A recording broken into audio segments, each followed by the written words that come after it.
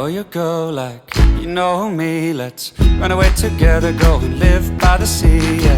Hey guys, so it's me again, Anne Christine, and welcome back to another kilay vlog. This is my third vlog na about kilay. So yesterday, I'm going to have my brows done, but this time, kakaiba naman, I'm going to try brow lamination. If you haven't heard of it, it's yung yung parang palagi kang naka-beachy na brows. So, I'm going to give that a try. Pinrep na nila ako, kaya nakaganito na yung hair ko. And magpapa-lash extensions din ako. Kasi alam niyo naman, I love lash extensions. And ito lang yung lashes ko, pag walang extensions.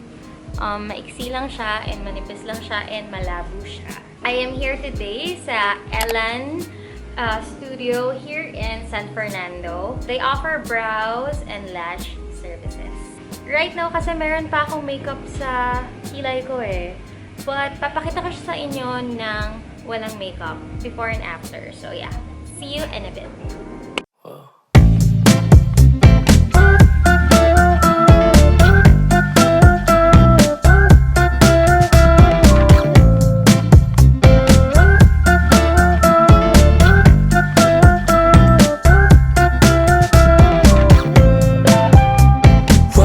To the place, a spot you from erase my heart, it started racing.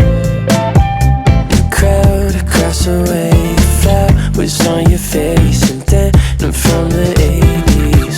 Someone keeps blocking my way. I can't feel farther away. Wait on a moment to say that I want you. You know that I want you.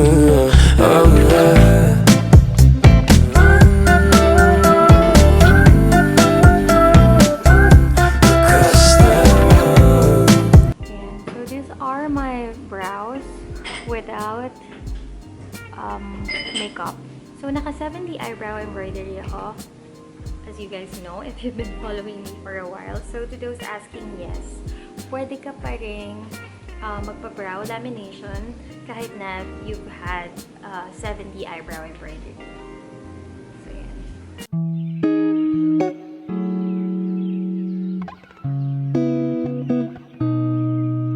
You see her walking down the boulevard. She got the posture of a superstar.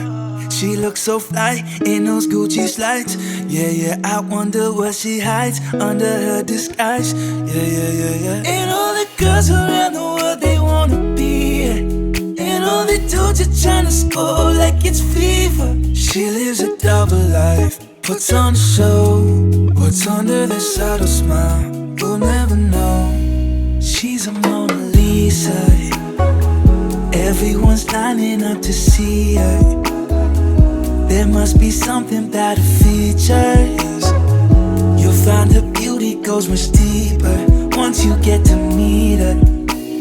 Let me paint a picture. I see they don't understand. Feeling like Picasso. She brushing against my hands. Seen you from around the way. You didn't give me the time of day.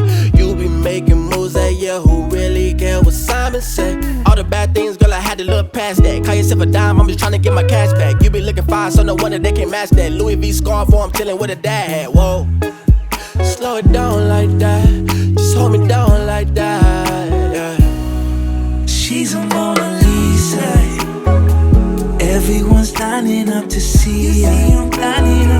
There must be something about her features.